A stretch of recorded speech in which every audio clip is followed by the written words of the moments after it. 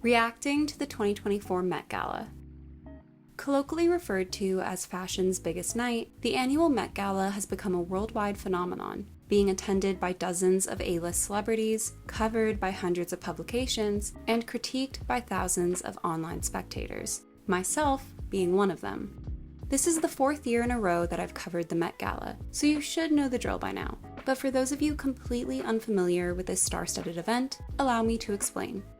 Traditionally held on the first Monday of May, the Met Gala marks the opening of the Costume Institute's annual fashion exhibit at the Metropolitan Museum of Art. Started back in 1948, the fundraising event quickly became one of the highlights of the New York social scene, being attended by high society types and the elites of the fashion industry. It wasn't until the 1970s, when ex-editor-in-chief for American Vogue, Diana Vreeland, became a consultant for the Costume Institute, that the event became more of a spectacle. Besides inviting actors, artists, musicians, and models, whose attendance raised the event's prestige, Vreeland also introduced themes for the evening, with said themes relating to that year's fashion exhibit. Although not technically mandatory, guests of the gala were expected to dress the part, something that has proven to be difficult to this day.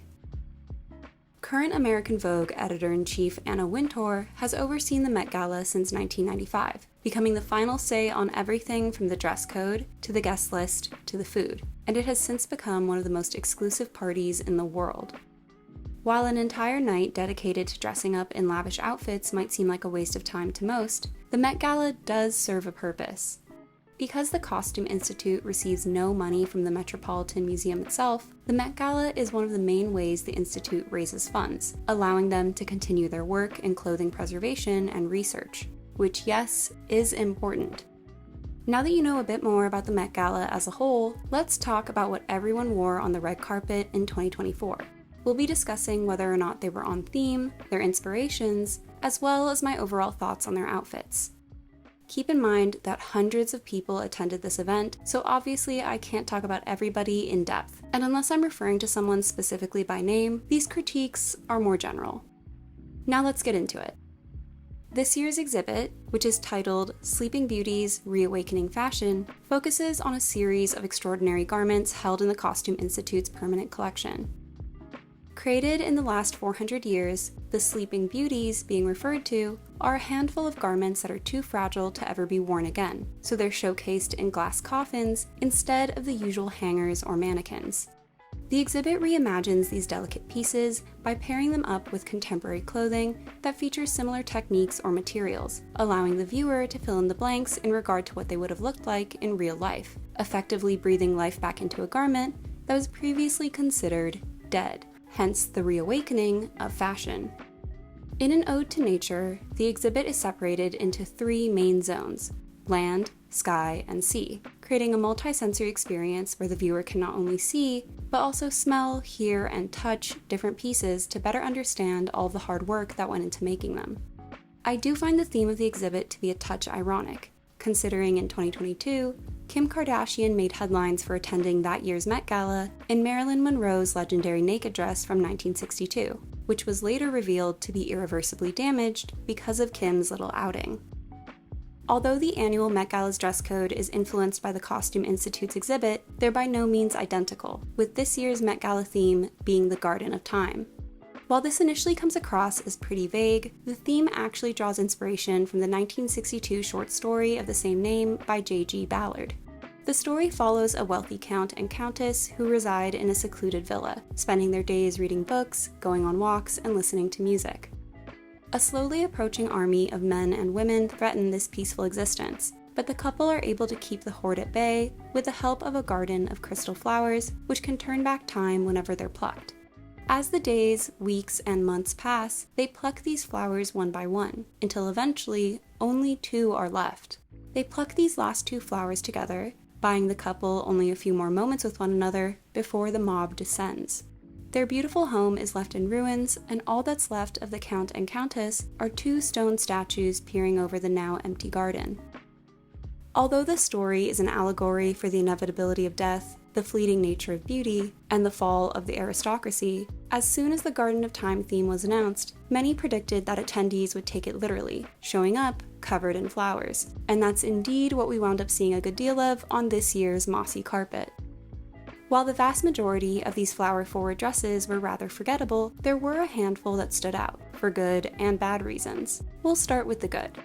Aaliyah Bhatt wore a sari by Sabyasachi that had a 23-foot-long train, and while that was already a showstopper, the outfit itself was beautifully embroidered, and I just adore the soft pastels, which really captured the feeling of standing in a garden in bloom. Harris Reed's outfit shared a similar color palette, but with a more androgynous silhouette, and it felt just as appropriate for this Met Gala as it would have been for 2018's Heavenly Bodies. Mona Patel probably had one of my favorite looks of the entire evening, which included fully functional mechanical butterflies on her arms to coordinate with her custom Iris Van Herpen dress. I also liked Tiana Taylor's look, which was elegant and sensual in a way that I felt evoked the Countess in the story. Nicki Minaj wore a painted mini dress by Marni with large 3D printed flowers. It was one of the most colorful outfits of the entire evening, and all of the textures and dimension made it look like an actual piece of art. I just didn't like the styling. In my opinion, the Met Gala isn't really the place for a purse, even if it matches the outfit, but overall, I think it's one of her best Met Gala looks to date. Aisa Gonzalez wore a beautiful tulip-inspired dress which made her look like a real-life fairy, although I personally wasn't a huge fan of the Cartier jewelry. Kwana Chasing Horse wore custom H&M, who yes, regularly dresses people for the Met Gala, and I immediately fell in love with the periwinkle princess ball gown. Kwana always references her indigenous background whenever she attends the Met Gala, and this dress features beaded Alaskan forget-me-nots, a flower that is incredibly hard to come by. Taylor Russell wore a wooden bodice by Loewe, which was such a close color match to her skin that I was stunned, and I love the contrast between the soft skirt and the stiff top. Rebecca Hall paid homage to the iconic 1852 painting Ophelia by John Everett Millais, which depicts the character from William Shakespeare's play as she drowns. Ophelia's story is as romantic as it is tragic, drawing parallels to the Garden of Time, so I feel like it's a great point of reference regardless of its use of flowers. Tying into the somewhat melancholic tone of the story, a handful of celebs took their florals in a moody direction that seemed rooted in alternative subcultures with the inclusion of sheer panels, corsets, and latex.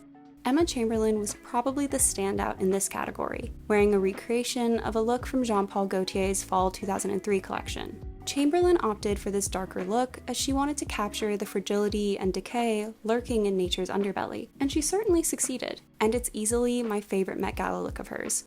Sydney Sweeney attempted to go this darker route with Miu Miu, but the sharp contrast between the pastel blue and jet black didn't really work for me, and I wish she'd kept the veil, which really balanced out the entire look. Sydney's been a Miu Miu girl for years now, but in all honesty, I don't think the two work well together, and I'd love to see her move on to a different fashion house. Gigi Hadid's Tom Brown dress was inspired by ancient stone statues and columns that had been taken over by plants, with her outfit including dozens of 3D printed roses and vines. The ensemble actually came in two parts, the first being more minimal and sleek, before eventually transforming into something more avant-garde. My favorite part of the entire look is the skirt, which plays on Tom Brown's iconic tailored jackets in a fun and exciting way. Honestly, the only thing that brought this look down for me was the hair, which I know was meant to resemble old Hollywood starlets, but it wound up feeling a bit too juvenile on Gigi. Mindy Kaling wore an absolutely stunning gown by Gaurav Gupta, which they had nicknamed the Melting Flower of Time, which is a fairly apt description considering its undulating folds and ripples. From every single angle, this dress looked spectacular, and I feel like it really captured how chaotic and beautiful both time and nature can be. It's giving Jean Jacket from Nope or the Sandworm from Dune. The only problem I had with this dress was that it often felt like it was wearing her and not the other way around. She is only 5'4" and it is a lot of fabric, but I think it could have been helped with a sleeker hairstyle to help her face stand out more. One of the strongest flower-centric looks of the night came from co-chair Zendaya, who wore not one, but two outfits on the red carpet. Her first look was custom Maison Margiela, designed by John Galliano, based on a design he had created for Christian Dior's Spring-Summer 1999 Haute Couture collection. The colors were adjusted to better fit the Garden of Time theme, but the overall look is the same, and it's absolutely phenomenal. Her second look was also designed by Galliano, but inspired by his first haute couture collection for Givenchy back in 1996, and they paired this with a large flower headpiece from Alexander McQueen's Spring-Summer 2007 collection. These are definitely some of my new favorite Zendaya Met Gala looks, but I'll be honest, she's yet to top her Joan of Arc outfit. Fellow co-chair Jennifer Lopez showed up in a custom Schiaparelli gown, which seemed to pay homage to the crystal flowers in Ballard's story. However, JLo has worn so many sparkly naked dresses over the years that this one completely blends in with all of the rest. Honestly, at this point, it would be more surprising for her to show up in a dress that wasn't sheer. I also think the messy bun and minimal makeup was the wrong direction for this glamorous of an event. Amanda Seyfried, Greta Lee, Ray, Janelle Monáe, Paloma Alcacer, Lily James, and Demi Lovato also referenced the story's crystal flowers, but the only look that worked for me was Seyfried's, which went in an over-the-top 1920s direction with a modern take on the robe de steel and a silver bob. I also think Kim Kardashian's crystal outfit had potential, with John Galliano for Margiela taking inspiration from Dior Fall 1997, but the casual styling cheapened it. Yes, that's how many of Margiela looks are styled on the runway right now, but I don't like it. Most celebrities wore floral dresses that were perfectly fine. Nothing to grimace at, but nothing to write home about either. So I won't be wasting my time talking about them. But there were a few flower wearers who definitely missed the mark. Riley Keough was a classic victim of Virginie Viard's Chanel, while Taraji P. Henson's dress looked terribly constructed, puckering in all of the wrong places. Jessica Safferty was probably one of the most obvious missteps, with her floral cloak looking like a midsummer costume from Party City. I probably could have done better with $100 and a glue gun. Lizzo's outfit was one of my least favorites. She said it was inspired by trees, but I think she looks like Lumiere from Beauty and the Beast, which I think is because of all the changes that were made to the original design. Anna Wintour has a very specific style that she's adhered to for the last 40 years, and it's become a bit of a running joke at this point that all of her Met Gala outfits look exactly the same. She certainly didn't reinvent the wheel this year, but I actually think her tried and true formula works in this specific case. The outfit was designed by Loewe and references a cloak designed by Charles Frederick Worth, who is often considered the creator of haute couture as we know it. The original garment, named Tulips Hollandaise, is part of the Costume Institute's collection, so Anna's look is a subtle ode to that. It's not amazing, but for her, it's something. Doja Cat attended in a wet t-shirt dress by Vetements that I literally rolled my eyes at. Yes, it's very different from what everyone else was wearing, but not in a good way. She went on to explain that the idea behind the garment was that a t-shirt is a timeless fashion staple made out of the world's most used flower, cotton.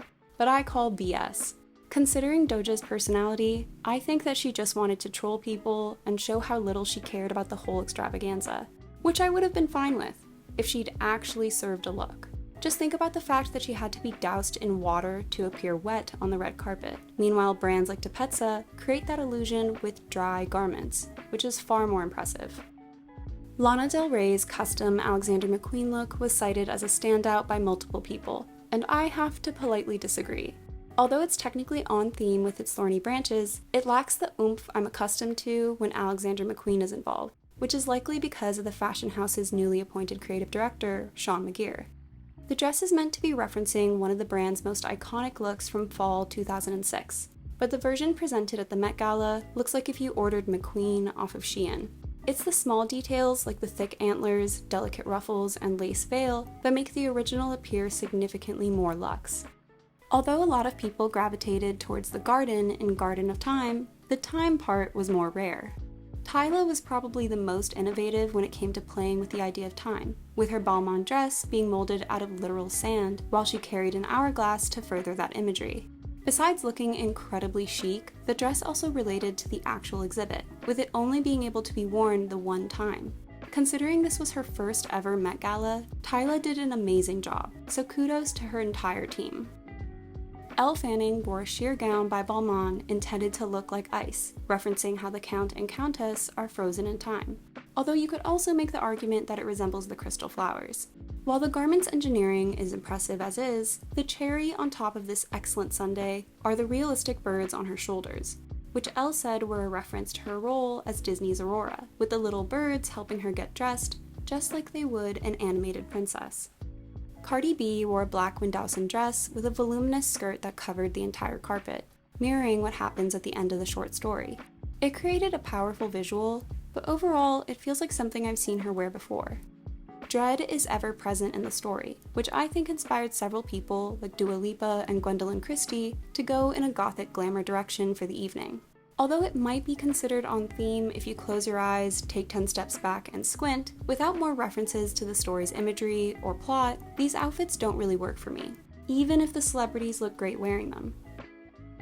Numerous people showed up in outfits inspired by the theme of the exhibit instead of the theme of the party, and if the people invited can't even get it right, I suppose I shouldn't be surprised by all of the fans on Twitter dying to defend outfits that were clearly off theme. This isn't necessarily a deal breaker for me, but there does need to be some thought going into these off-theme looks. Charli XCX is one person that showed creativity in this regard. Her dress was designed by Marnie and was made out of vintage t-shirts from the 1950s and 60s, creating a patchworked, tattered visual that referenced the unwearable nature of the exhibit's garments. Chloe Sevigny wore custom Delara Findicoglu, with the dress being made out of repurposed Victorian fabric, which dictated the direction of Sevigny's hair and makeup, which were inspired by the era's mourning trends.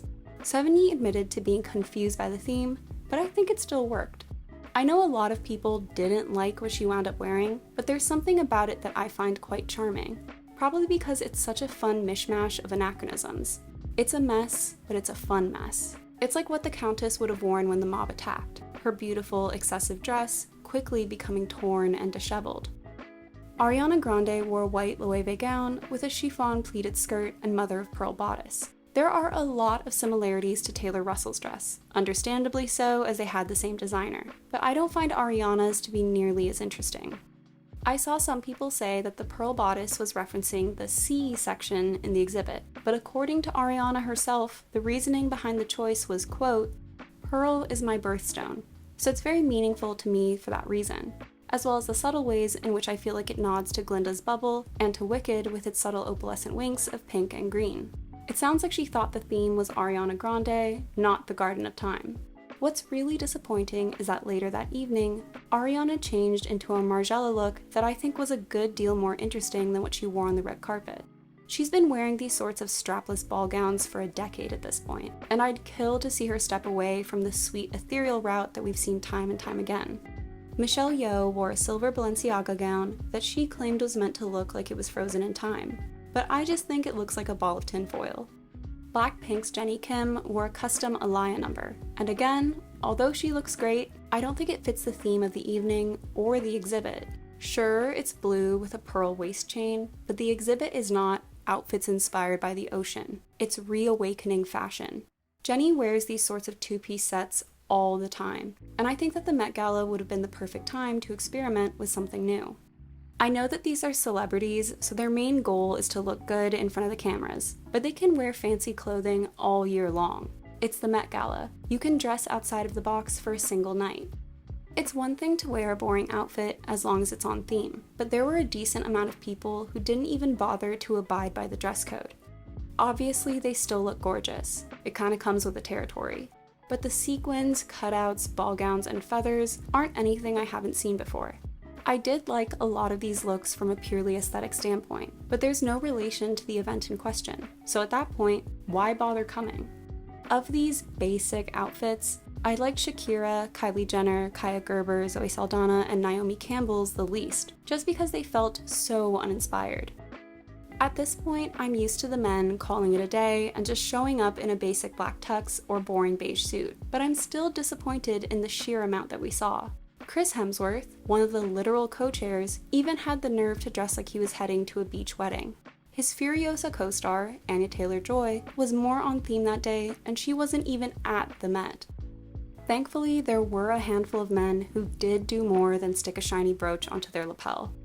Alex Sharp wore Balmain, and I thought the illusion of the face was a clever way of referencing the eeriness of the short story, while also dressing like a typical aristocrat. Coleman Domingo paid tribute to both Andre Leon Talley and Chadwick Boseman with his outfit, who are both important figures in the history of Met Gala fashion for men. Barry Cogan was another that I liked, going for a three-piece velvet Victorian suit, which gave him the appearance of the Count in the Garden of Time. I saw some people joking that he looked like Timothée Chalamet in Wonka, and you know what? They're not wrong. Influencer Wisdom K not only had one of the best men's outfits, but one of the best outfits in general. The silhouette and color is not only striking, but the way the garment almost looks burned ties into the impermanence of fashion highlighted in the exhibit. Compared to last year's Met Gala, which celebrated fashion designer Karl Lagerfeld, the 2024 Met Gala theme was less straightforward, which is why I think a lot of people settled on what was easy: flowers. However, if they'd taken the time to read J.G. Ballard's story more closely, there were tons of other directions they could have gone in. The story is about love and resilience just as much as it is about death and despair, and I think people could have leaned into that sort of juxtaposition in their attire. I will always appreciate risk-taking more than a random dress from a brand's archive, which is unfortunately something that a lot of celebrities and stylists have lost sight of. This year, more than any of the others, I found myself nonchalant about the looks on the red carpet. There was no sense of creativity or passion. There were of course a few guests who had strong looks, but overall, I think this Met Gala will be forgotten with time. Which of the 2024 Met Gala looks were your favorites? Were there any outfits that you absolutely despised? I hope you enjoyed this video. Don't forget to like and subscribe, and I'll see you soon. Bye!